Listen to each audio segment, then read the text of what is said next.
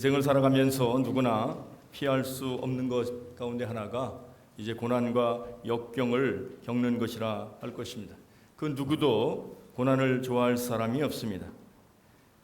그래서 피하고 싶고 고난이 없었으면 합니다. 그런데 고난은 시도 때도 없이 우리 인생에 찾아와서 인생의 명암처럼 우리의 삶을 자리 잡고 있다 하는 것입니다.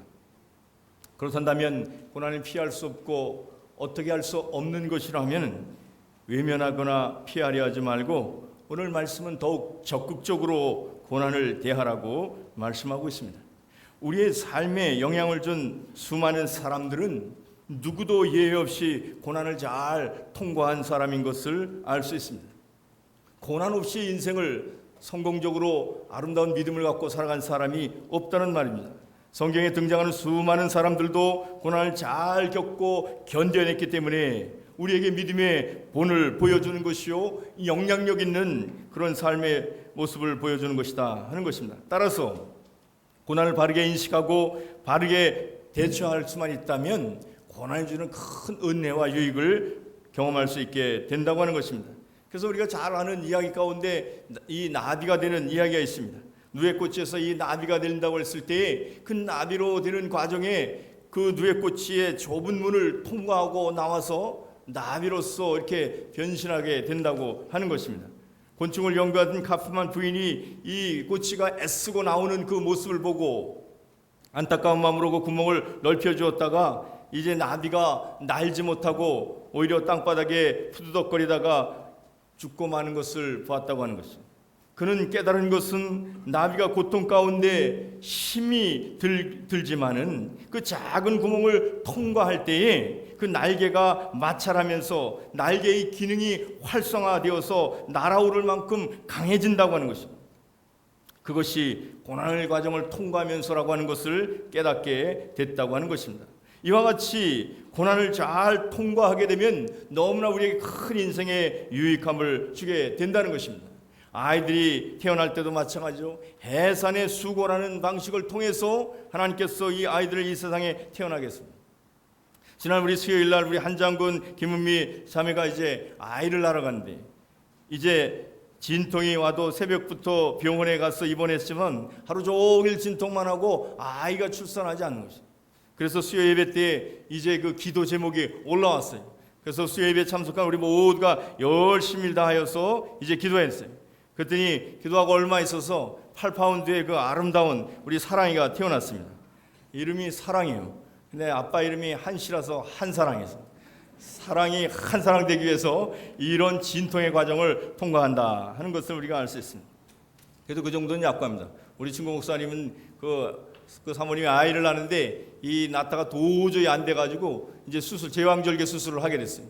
원래 처음부터 수술할 때는 마취하고 하는데 이 중간에 낳다가 할 때는 마취를 못했답니다. 그래서 그냥 그 오픈을 했는데 그 고통이 말로 다 할 수 없는 것이라고 해요. 그래서 이 아들을 얻게 됐는데 얼마나 남다른 사랑을 쏟는지 몰라요. 그 고통을 통해서 낳았기 때문에. 그래서 우리에게 있어서 고난당하는 것, 고난의 이 새 생명을 출산하는 방식으로 하나님께서 그렇게 하셨고 해산의 진통을 경험할 때 그 아이에 대한 사랑이 더 커진다는 것이에요. 또 아이가 키워내기 위해서 그 모성애가 거기에서 더 생긴다고 하는 거예요. 그래서 여인은 약하나 어머니는 강하다는 말이 그 고난의 과정을 통과하기 때문에 누구도 할 수 없는 그 사랑이 생긴다는 거죠. 그것을 통하여 이 시련 많은 인생의 자녀를 잘 키울 수 있는 것이 된다는 것이 고난해 주는 역설이라 그 말이에요.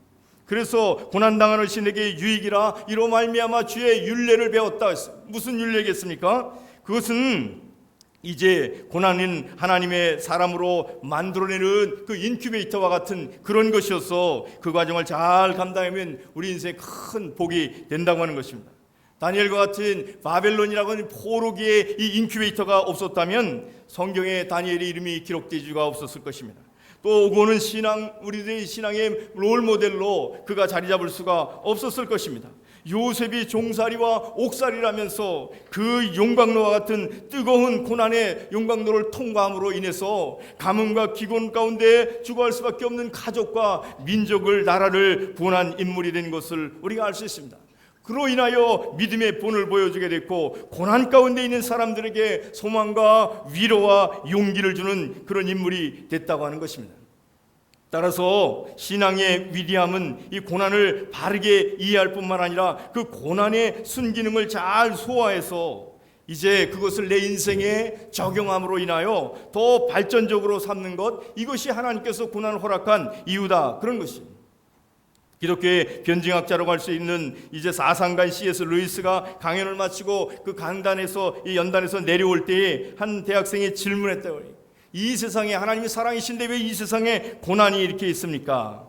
그랬을 때 그 C.S. 루이스가 하는 말이, 인간에게 고난마저 없다면 무엇으로 인간의 교만을 통제할 수 있겠는가?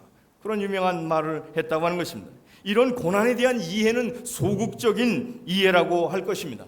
오늘 말씀은 고난을 그리스도의 고난에 참여하는 것으로 기뻐하라고 말하고 있습니다. 12절 13절에 있는 말씀이 그렇죠. 사랑하는 자들아, 너희를 연단하려 오는 그 불시험을 이상한 일 당하는 것 같이 이상히 여기지 말고 오히려 너희가 그리스도의 고난에 참여하는 것으로 즐거워하라. 이는 그의 영광을 나타내실 때에 너희로 즐거워하고 기뻐하게 하려 함이라. 이렇게 말씀하고 있어요. 오늘 여기 12절에 불시험이라고 하는 이 표현을 통해서 그 당시에 우리 신앙인들이, 성도님들이 극심한 시련 가운데 있었다고 하는 것을 우리가 어림하여 짐작할 수 있는 것입니다. 베드로 전후서가 AD 64년에 기록됐다고 하는 것을 따져보면 그때가 얼마나 박해가 심했던 때인 것을 우리가 잘 알 수 있습니다. 우리가 잘 아는 대로 그 포악한 군주였던 네로 왕제가 자기 시상이 떠오르지 않는다고 로마에 화재를 일으키고, 그래서 그 일이 점점 이제 걷잡을 수 없이 흉흉한 여론이 들끓게 되자 그것에 대한 이 책임을 기독교인들에게 전가시켰어요. 그래서 기독교인들이 불을 질렀다고 누명을 씌우는 바람에 기독교인들이 속절없이 박해를 당했던 것을 우리가 알 수 있습니다. 기독교인은 이유 하나만으로 원형 경기장에서 끌려가 사자밥이 되었고 불화형에 처해지는 일을 겪으면서 저희들이 고통의 시절을 보냈던 것입니다. 이로부터 기독교의 박해는 시작돼서 본격적으로 시작해서 200년의 역사를 고난당하는 것을 우리 교회사를 통해서 알 수 있습니다. 수많은 그리스도인들이 박해를 피해서 지하 무덤인 카타콤에 숨어 들어가서 한평생을 거기에서 신앙을 붙잡고 살아갔다는 역사가 우리 기독교의 초창기의 역사인 것을 알 수 있는 거죠. 그런데 오늘 말씀은 그 불같은 시험 가운데서 기뻐하고 즐거워하라고 말씀하고 있다면 고난보다 더 중요한 것이 있고 그 그것을 고난이라고 하는 포장지를 통해서 하나님은 우리에게 주고 싶은 것이 있다고 하는 것이, 이것을 볼 수 있고 이것을 깨달을 수 있고 이것을 경험할 수 있는 것이 성숙한 믿음의 자세인 줄로 믿습니다. 그래서 고린도 여기 오늘 말씀은 그것이 어떤 것인가? 그리스도의 고난에 참여하는 것이라 그랬어요. 그걸로 인하여 기뻐하고 즐거워하라 말하고 있습니다. 오늘 13절의 말씀이 그렇죠. 오히려 너희가 그리스도의 고난에 참여하는 것으로 즐거워하라. 그렇습니다. 그렇다면 그리스도의 고난에 참여한다는 것은 구체적으로 무엇을 말하는가? 그것은 우리 주님이 십자가를 지심으로 우리들이 구원을 받게 된 그 내용을 말하고 있습니다. 그 구원이 어떤 것입니까? 우리 모두가 죄사함을 받고 흑암과 죄악의 그런 권세에서 벗어나서 하나님의 나라에 들어가게 되는 것, 그 역사를 읽어낸 것입니다. 골로새서 1장 13절 14절의 말씀이 그렇습니다. 우리 함께 이 말씀을 읽어보겠습니다. 시작. 그가 우리를 흑암의 권세에서 건져내사 그의 사랑의 아들의 나라로 옮기셨으니 그 아들 안에서 우리가 속량 곧 죄사함을 얻었도다. 아멘. 14절은 없어요? 14절 다시 한번 읽습니다. 시작. 그 아들 안에서 우리가 속량 곧 죄사함을 얻었도다. 아멘. 너무너무 중요한 거죠. 우리가 주님처럼 똑같이 할 수는 없어도 그 고난에 대한 자세가 그리스도께서 고난을 받으심으로 이 대속의 역사, 구원의 역사를 이루셨던 것처럼 그런 자세로 고난을 받으면 우리의 큰 복이 된다, 그런 말씀인 것입니다. 그 대속의 역사로서 주어진 것이 무엇일까 하는 것이에요. 그것은 우리가 하나님의 자녀가 되게 하시고 죄악에서 영원히 죽을 수밖에 없는 우리들을 하나님의 상속자가 되게 하시는 것, 이것이 우리 주님께서 이루신 은총의 선물인 거예요. 그 상속자가 되게 하는 것.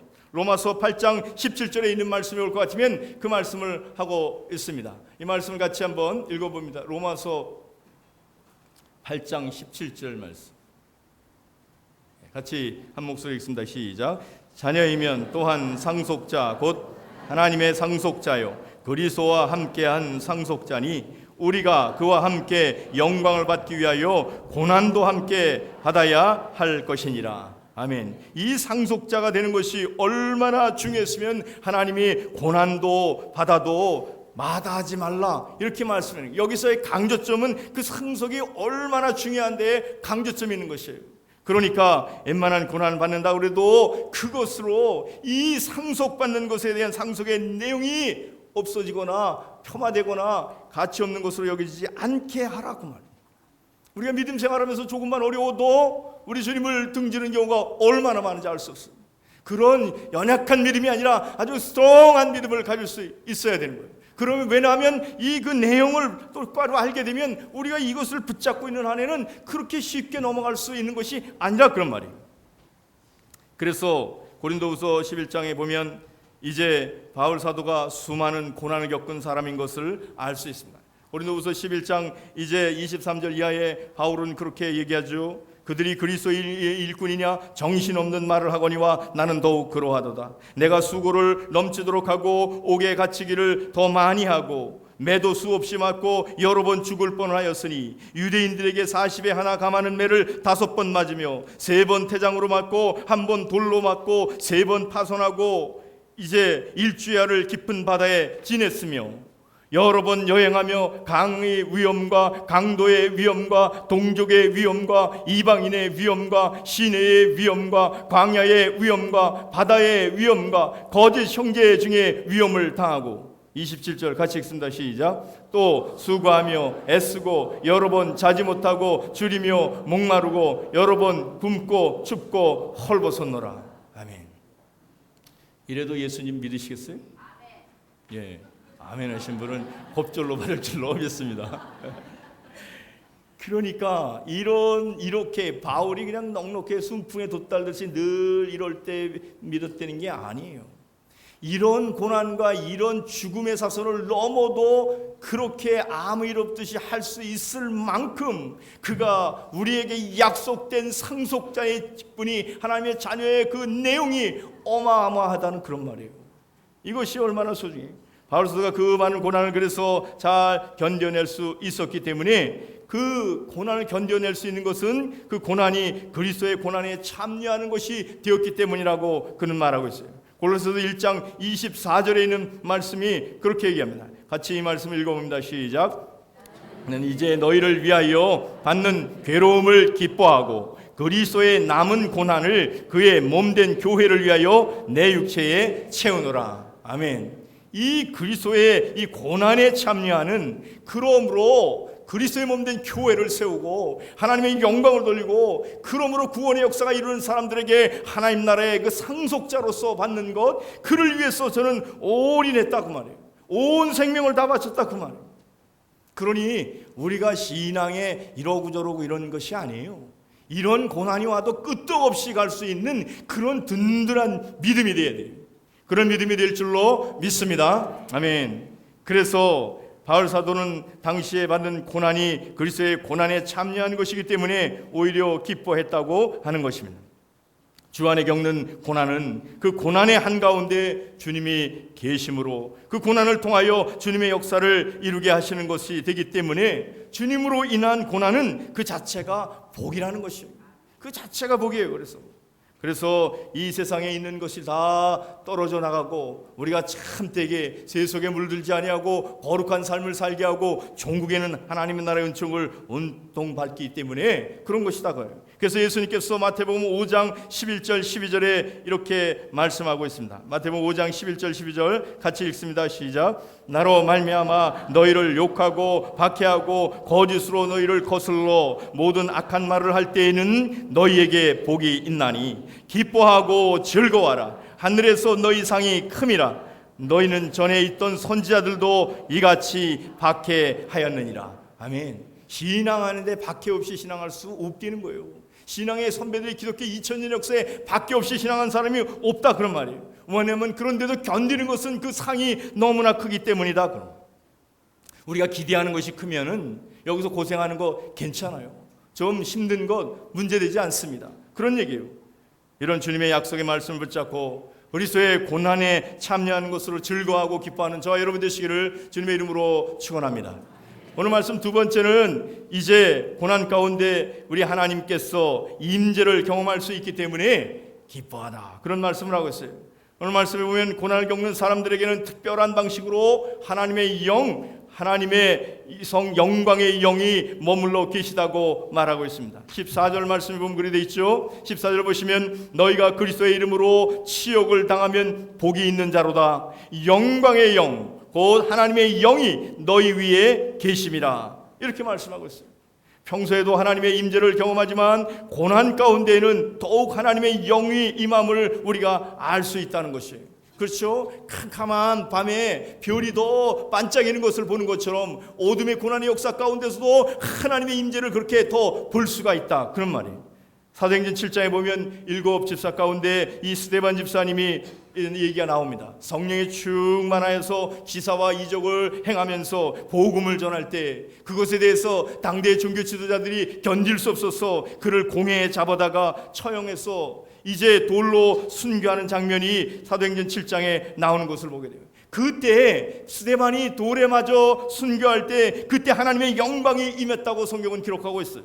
사도행전 7장 55절 56절에 있는 말씀입니다. 이 말씀 같이 읽어보겠습니다. 시작. 스데반이 성령에 충만하여 하늘을 우러러 주목하여 하나님의 영광과 및 예수께서 하나님 우편에 서신 것을 보고 말하되 보라 하늘에 열리고 인자가 하나님 우편에 서신 것을 보노라 한대. 아멘.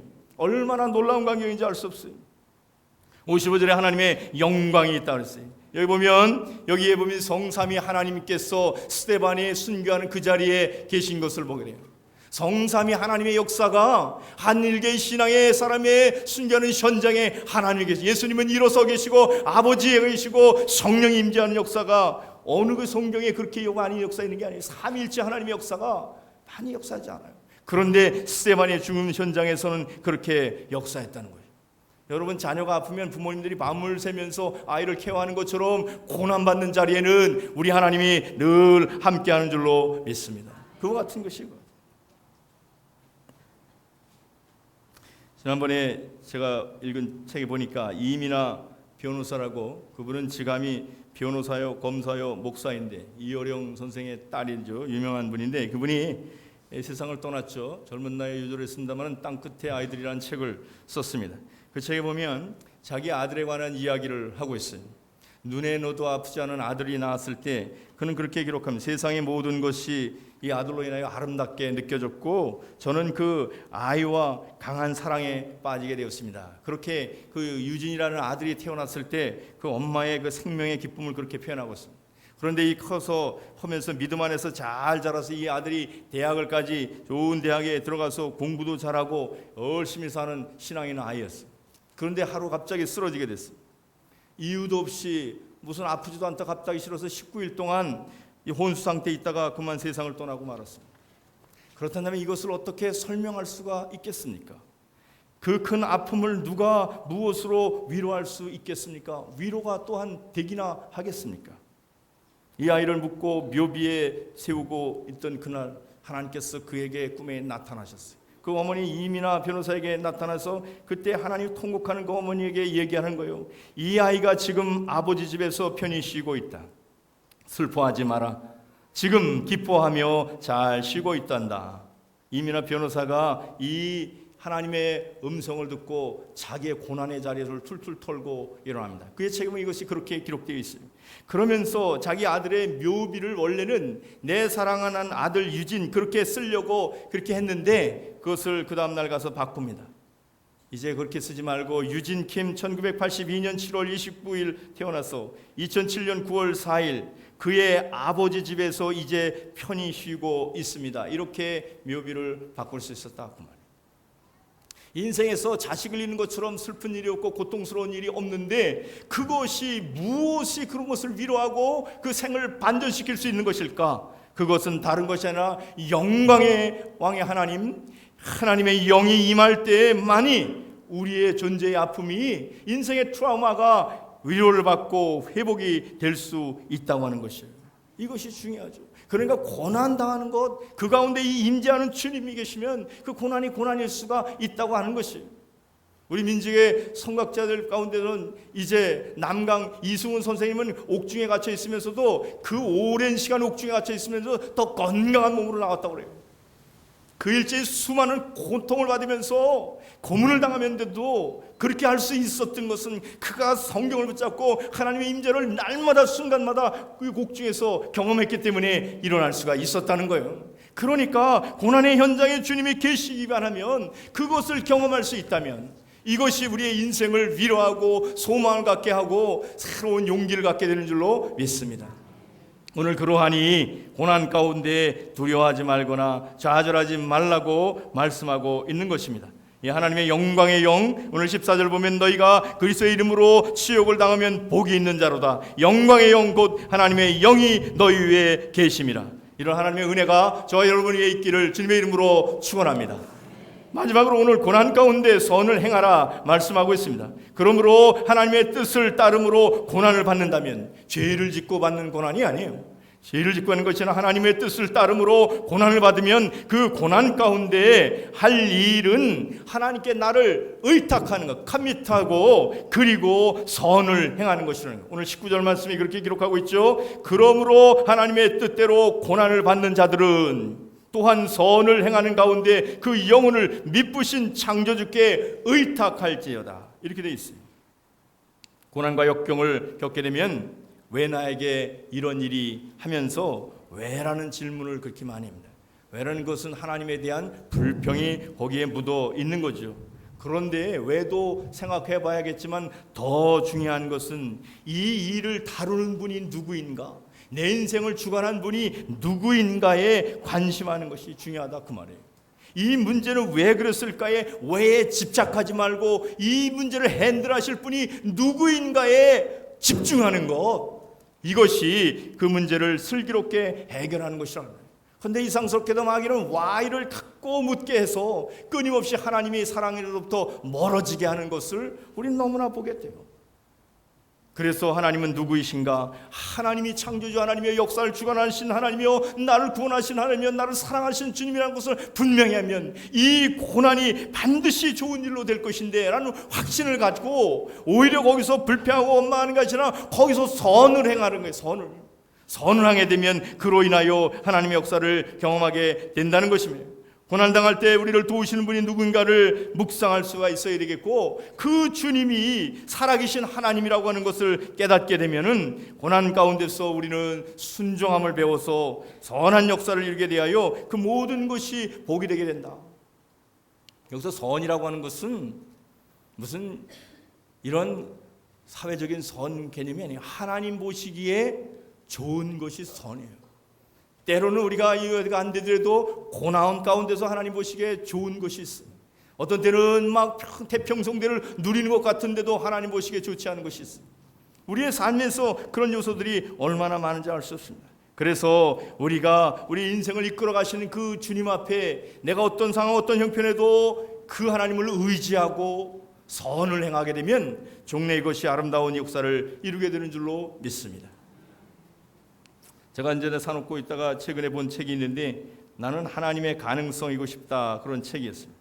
이 조현영 형제가 쓴 이런 책인데, 이제 그는 초등학교 때부터 공부보다는 이 춤과 이 음악 이런 쪽에 아주 발달해서 공부는 아주 중하위권에 머물러서 열등생이라는 낙인을 찍혔어요.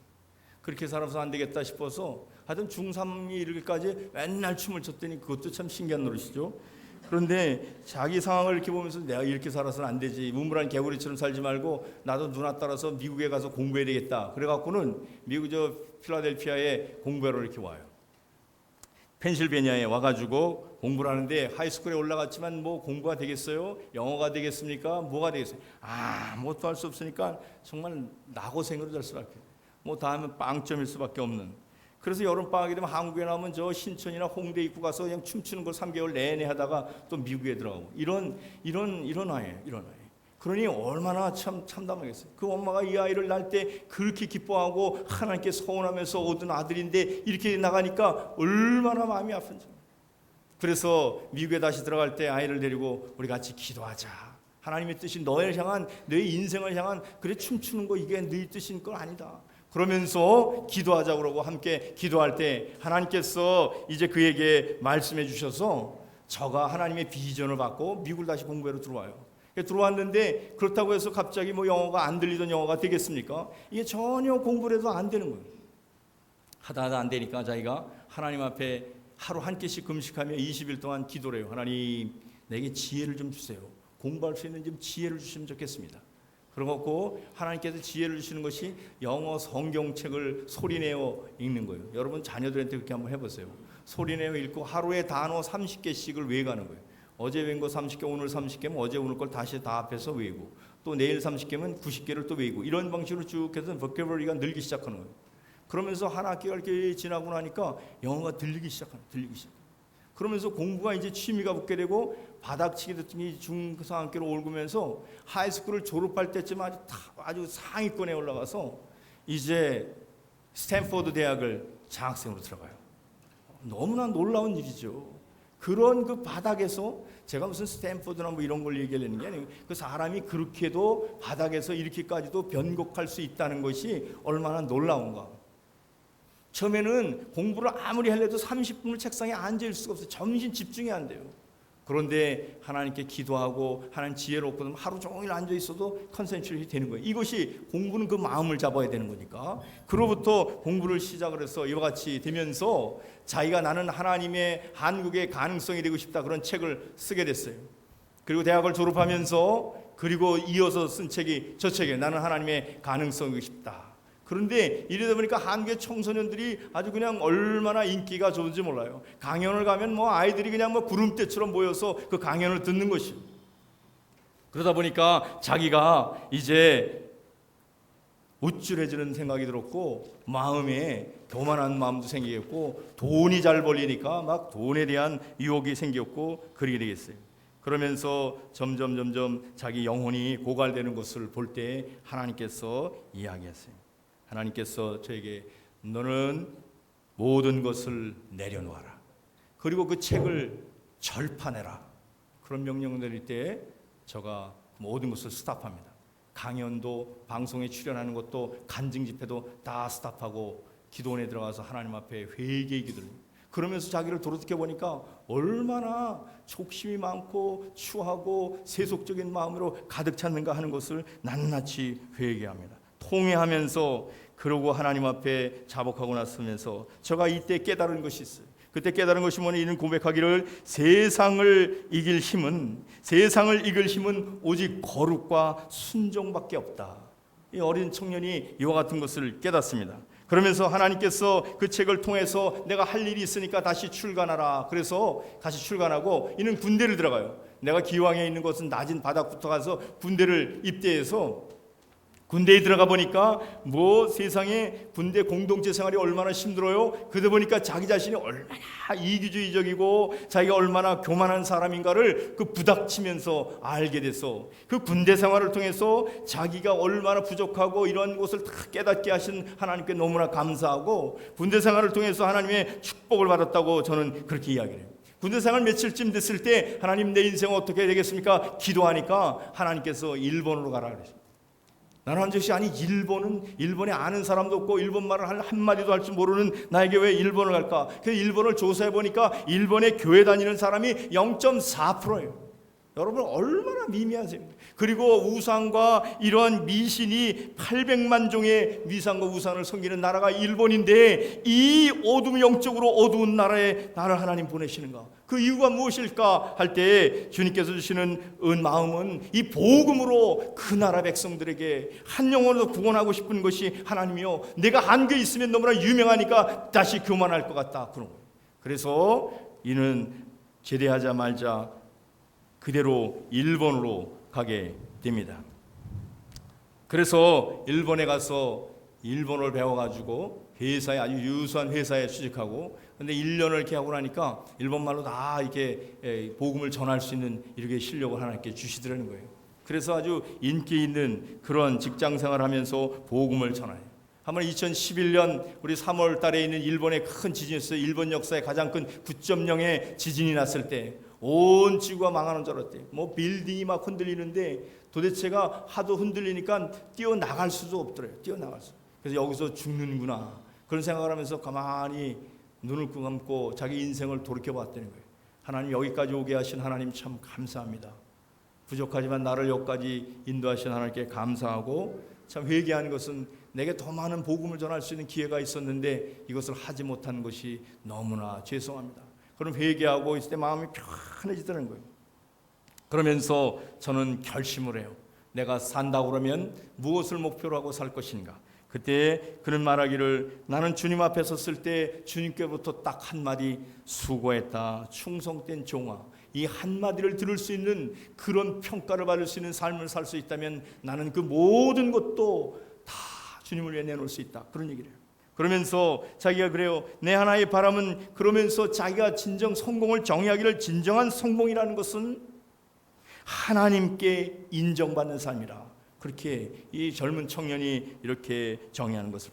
그래서 매일의 삶을 하나님의 뜻 안에 있는 것이 자신의 꿈이라고 말하면서, 나는 이 하나님의 가능성이라는 책을 제가 읽으면서 참으로 이제 여기까지 있기까지 이 청년이 잘하는 것이 순종이더군요. 그것이 참 대단한 거죠.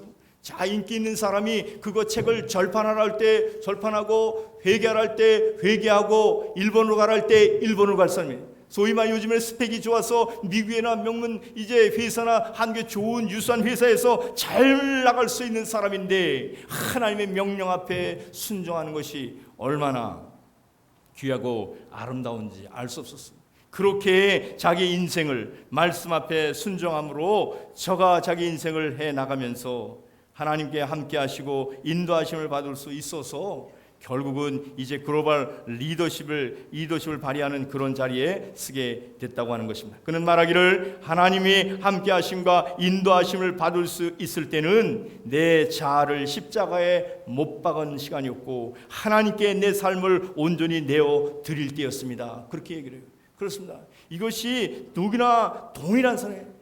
바울이 이 세상의 모든 기독교인들이 동일하게 고백되는 것이 이와 같은 거예요. 그래서 주님께 모든 것을 아뢰고 고난과 연단이 찾아오더라도 하루하루를 순종하는 삶을 살아가면 된다고 하는 것이 그의 고백인 것입니다. 하나님께서 이제 그를 그렇게 이제 높여 주시는데, 오늘 우리가 중요한 것은 우리에게 닥치는 고난을, 이것을 이끄시는 분이 누구인가를 깨닫게 된다고 할 것 같으면은, 우리가 그 하나님의 뜻으로 하는 이 고난을 받는 자들은 하나님이 내 삶에게 의탁을 하고 선한 역사를 감당할 수 있게 된다는 것이에요. 그러면 우리 하나님께서 우리를 높여주시고 하나님에서 충성된 종이라 칭찬을 들을 수 있게 되는 줄로 믿습니다.